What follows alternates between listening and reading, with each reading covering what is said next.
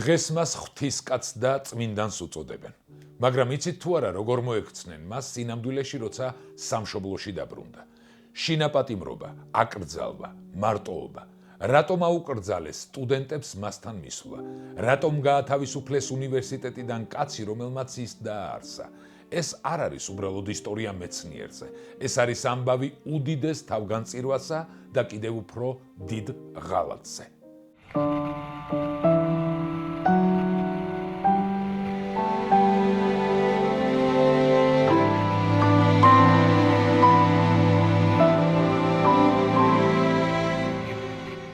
ექვთიმე თაყაიშვილი დაიბადა გურიის მაშინდელი ქუთაისის გუბერნიის ოზურგეთის მაზრის სოფელ ლიხაურში 1863 წლის 5 იანვარს.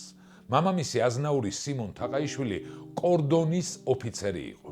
დედა ნინო ნაკაშიძე კი მაზრის მოწინავე ქალთა შორის იხსენიება. ექვთიმეს ჰყავდა და ლისა და ძმები ნიკო და ვარლამი. მშობლები ადრე გარდაეცვალა და ბავშვობა ობლობაში გაატარა. 3 წლის ექვთიმე საბედისწერო მარცხი მოსვლია, ხიდან გადმოვარდნილა და მარჯვენა ფეხი მოუტეხია. ბავშვისთვის ყურადღება დაუკლიათ და იგი სამუდამოდ დაკოჭლებულა. 7 წლის ექვთიმე ოზურგეთის სამაზრო სასწავლებელში შეიყვანეს. აქ მაშინ მასწავლებლობდა დეკანოზი სიმონ ქიქოძე, ცნობილი ქართველი მოღვაწის გაბრიელ ეპისკოპოსის ძმა, რომელიც საღმრთო სჯულს ასწავლიდა. მან წარუშლელი შთაბეჭდილება მოახდინა ექვთიმე თაყაიშვილზე. ოზურგეთში სწავლისას დაუახლოვდნენ ერთმანეთს ექვთიმე და ნიკო მარი. მომავალში კი ეს ნაცნობობა დიდ მეგობრობაში გადაიზარდა. სამაზრო სასწავლებლის დასრულების შემდეგ ექვთიმეს მეურვეს სიძეს სურდა იგი სოფლის მწერლად გაემწესებინა, რაც იმ დროისათვის რამდენადმე მაინც შემოსავლიანი საქმე იყო, მაგრამ ყმაწვილმა თავისი გაიტანა. ქუთაისის კლასიკურ გიმნაზიაში ჩაირიცხა, რომელიც 1883 წელს დაასრულა ვერცხლის მედლით. 1883 წელს ექვთიმე პეტერბურგის უნივერსიტეტის ისტორიულ-ფილოლოგიურ ფაკულტეტზე ჩაირიცხა. 1887 წელს დაასრულა იგი და მეცნიერებათა კანდიდატის ხარისხით დაბრუნდა თბილისში.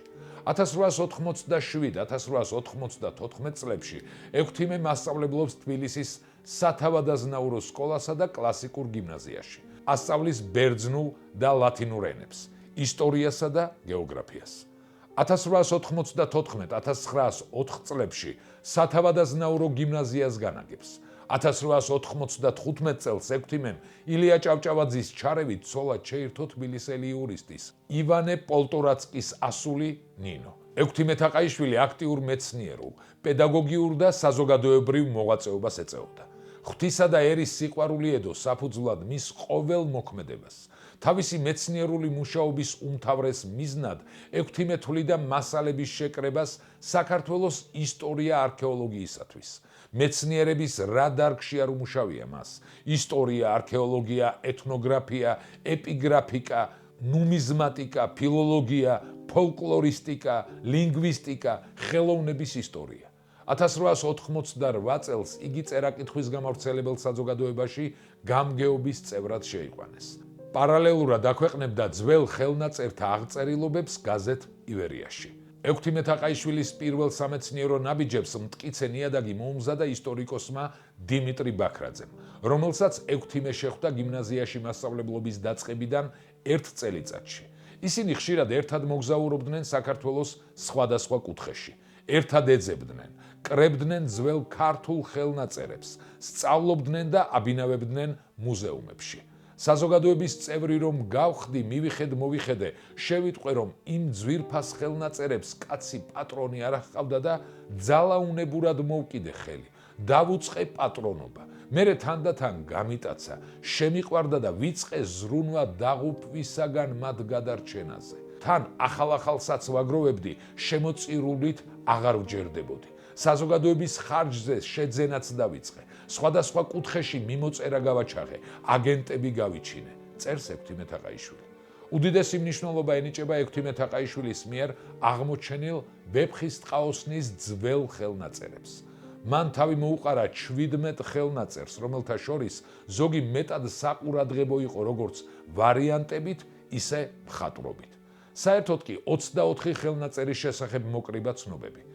ექვთიმე თაყაიშვილის მიერ თავმოყრილ ვეფხისტყაოსნის ხელნაწერთა შორის უძველესი იყო 1646 წლის, რომელიც ვინმე კორინთელისაგან შეიძინა. ასევე მეფე გიორგი მე-11-ისთვის 1680 წელს მისი მდივნის მიერ გადაწერილი ვეფხისტყაოსანი. ექვთიმე თაყაიშვილის დიდი დამსახურებაა გადარჩენა პელაგია წერეთლისეული ვეფხისტყაოსნისა, რომელიც სიუჟეტური მინიატურებით იყო დასურათებული. ექვთიმე თაყაიშვილი ილია ჭავჭავაძეს განჯიდან თბილისში ნიკოლოზ ბარათაშვილის ნეშტის გადმოსვენებაში ეხმარებოდა. მალე ექვთიმეს რედაქტორობით წერა-კითხვის გამავრცელებელმა საზოგადოებამ გამოსცა ნიკოლოზ ბარათაშვილის თხზულებათა პირველი სრული კრებული. 1889 წელს დიმიტრი ბაქრაძემ და ექვთიმე თაყაიშვილმა დააარსეს საქართველოს საეგზარქოსო მუზეუმი, რომელშიც თავს უყრიდნენ ხმარებიდან გამოსულ ძველ საეკლესიო წიგნებს, ხელნაწერებს, ნივთებს, იკვლევდნენ მათ, წესრიგში მოჰყავდათ. ექვთიმე თაყაიშვილს საქართველოს ეკლესიის ავტოკეფალიისთვის მებრძოლთა რიგებშიც ვხედავთ.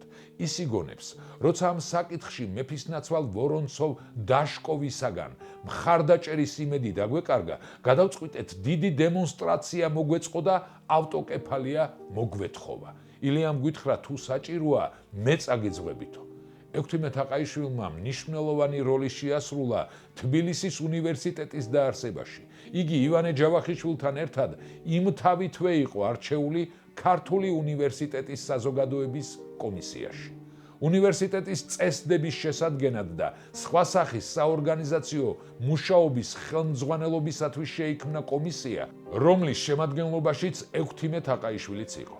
როგორც ცნობილია, 1918 წლის 26 იანვარს ძველი სტილით უნივერსიტეტი გაიხსნა. ექვთიმე თაყაიშვილი კითხულობდა ლექციებს არქეოლოგიაში. 1918 წლის 21 მაისს თბილისის უნივერსიტეტის საბჭომ მას მიანიჭა დოქტორის ხარისხი. 1920 წლისთვის ექვთიმე თაყაიშვილის ლექციები საქართველოს სიძველეებს შეეხებოდა. იგი 3 სალექციო კურსს უძღვებოდა. ერთი უნივერსიტეტში ახლად შემოსულთათვის იყო და მოიცავდა შესავალს საქართველოს სიძველეებისას. ამასთან კითხულობდა ეპიგრაფიკასა და ეკლესია-მონასტრების ისტორიას.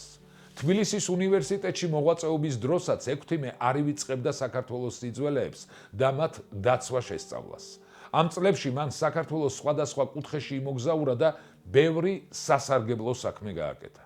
1921 წელს ახალი ხანა დაიწყო საქართველოს ისტორიაში. საბჭოთა ხელისუფლების დამყარების უმალყოფილმა მენშევიკურმა მთავრობამ ბათუმს მიაშურა, რათა აქედან ზღვით უცხოეთში გამგზავრებულიყვნენ. ამასთან განკარგულება გაიცა მთელი სამუზეუმო ქონება ყუთებში ჩაეწყოთ და უცხოეთში გაეტანათ. სამუზეუმო განძის მეთვალყურედ დამფუძნებელმა კრებამ ექვთიმე თაყაიშვილი დანიშნა. მძიმე იყო მეცნიერისთვის სამშობლოდან წასვლა, მაგრამ საქართველოს ძვირფასეულობას მეთვალყურე სჭირდებოდა. 1921 წლის 11 მარტს ექვთიმემ დატოვა სამშობლო და იძულებით კარგახანს მოუხდა ემიგრაციაში ყოფნა. ძალაუნებურად მომიხდა ემიგრანტობა, რათა არ მოშორებოდი ჩვენიერის სასიქადულო კულტურის საგანძურს. დამეცვა იგი ყოველგვარი საფრთხისაგან. წერდა ის. საფრთხე კი ბევრი იყო. ბრიტანეთისა და ნიუ-იორკის მუზეუმებს ექსპონატების შესყიდვა სურდათ. გრაფ ობოლენსკის ქვრივს, სალომე დადიანს სასამართლოში აღუძრავს საქმე საქართველოს ეროვნული განძის საგრძნობი ნაწილის ერთადერთ კანონიერ მემკვიდრე დასახელებდა თავს. მეორე მსოფლიო ომის დროს ფაშისტებსაც გაუჩხრეკიათ ექვთიმეს ბინა. ბოლოს კი თავად საფრანგეთის მთავრობას განუცხადებია განძზე პრეტენზია. მენშევიკების მთავრობა აღარ არსებობს, განძი უპატრონოა და ლუვრის საკუთრება უნდა გახდესო. 1935 წელს ყოფილმა მთავრობამ უარი განაცხადა განძეულის მეურეობაზე და მისი დაცვა ექვთიმე თაყაიშვილს დააკისრა. ექვთიმე უკიდურეს გაჭირვებაში იმყოფებოდა. 1931 წელს გარდაეცვალა მეუღლე ნინო. მარტო დარჩენილი მოხუცის შიმშილის, ყინვისა და ავადმყოფობისაგან ბევრჯერ დაღუპვის პირამდეც მისულა, მაგრამ ღვთისა და ერისგან დაკისრებული მოვალეობისთვის არ უღალატია. საფრანგეთში იგი თითქმის მე-4 საუკუნის მანძილზე ცხოვრობდა და მოღვაწეობდა. განაგრძობდა ნაყოფიერ სამეცნიერო კვლევით მოღვაწეობას. მისი აღიარების დასტური იყო ის, რომ იგი ჯერ პარიზის ნუმიზმატთა საზოგადოების 1922 წლის 4 თებერვალი, ხოლო შემდეგ საფრანგეთის სააზიო საზოგადოების 1925 წელი ნამდვილ წევრად აირჩიეს. 1927-1929 წლებში თაყაიშვილი იყო მის მიერვე დაარსებული ქართული კულტურული და საარქეოლოგიო მასალების გამოცემის ფონდის თავმჯდომარე. ამასთან იგი გახლდათ სამეცნიერო პერიოდული გამოცემის გეორგიკას სარედაქციო საბჭოს წევრი. ბოლოს 1945 წელს მეორე მსოფლიო ომში საბჭოთა კავშირის გამარჯვების შედეგად ხელსაყრელი პირობები შეიქმნა განძის საქართველოში დასაბრუნებლად. გათავისუფლებული საფრანგეთისა და საბჭოთა კავშირის მთავრობების მოლაპარაკების შედეგად იგი ამერიკულ თვითმფრინავებზე დაიტვირთა და მცველების თანხლებით გადმოიგზავნა საქართველოში ისე, რომ შენახვის დიდი თანხის გადახდა არ მოუთხოვიათ. განძს ექვთიმე თაყაიშვილიც გამოჰყვა. თბილისის აეროდრომზე თვითმფრინავი 11 აპრილს დაეშვა. ექვთიმემ ქართულ მიწაზე ფეხი რომ ჩამოდგა, ზევით აიხედა, ზეცას შეხედა, მერე დაიხარა, მარჯვენა ხელით აიღო მიწა და მასე ამბორა. როგორც შემდეგ თავად იგონებდა, პირველად ეს სიტყვები მოსდგომია ენაზე: "ცაფირუს ხმელეთ ზურმუხტო, ჩემო სამშობლო მხარეო, სნეული დავბრუნებულ ვარ, მკურნალად შემეყარეო." სამშობლოში პატივით მიიღეს ერისთვის დამაშვრალი მოღვაწე. აღადგინეს თბილისის უნივერსიტეტში პროფესორად, აირჩიეს აკადემიის წევრად, განახლდა უცხოეთში განაწამები მისი გული. მოხუცმა მოიკრიბა უკანასკნელი ძალები და ჩაერთო საზოგადოებრივ ცხოვრებაში. უცხოობაში, უთქვამს, ძალიან შემიფერხთა საკვლევად ძიებო საქმიანობა. მე იქ მხოლოდ მცირე ნაწილი გამოვაქვეყნე თანწაღებული მასალისა და ჩანაწერებისა. იმედი მაქვს, რომ 2 წლის სიცოცხლეს, რომელიც დამრჩენია, მოვახმარ ჩემზე დარჩენილი ვალის ბოლომდე მოხდას. ვეცდები აღარც ერთი ჩემს ხელთ მყოფი თუ ჩემ მიერ დათვალიერებული ძეგლი აღარ დამრჩეს გამოუცემელი. მით უმეტეს, რომ ბევრი მათგანი უკვე იმსხვერპლა ბუნების ძალებმა, დრომა თუ არ ევდარევა. ექვთიმემ უნივერსიტეტიდან ოფიციალურად გამოითხოვა თანამშრომლები, რომლებიც მუშაობაში ეხმარებოდნენ. კითხულობდა საჯარო ლექციებს, რჩევადარიგებებით ეხმარებოდა მეცნიერებს თუ ნიჭიერ მოწაფეებს.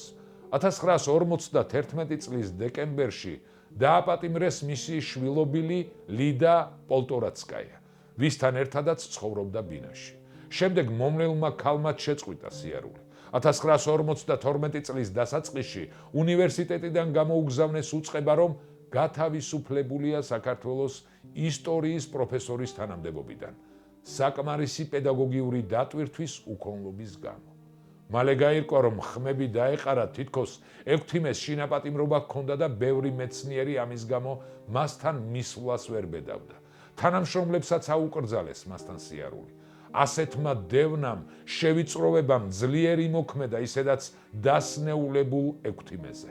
ახლობლისთვის უთქვამს, მე ფეხი მტკიოდა, თორემ შინაგანი ორგანიზმი ძალიან ჯანმრთელი მქონდა. ახლა იმ გულმაც დამიწყო ტკივილი, რომელსაც უწინ არც კი გრძნობდი სად მქონდა.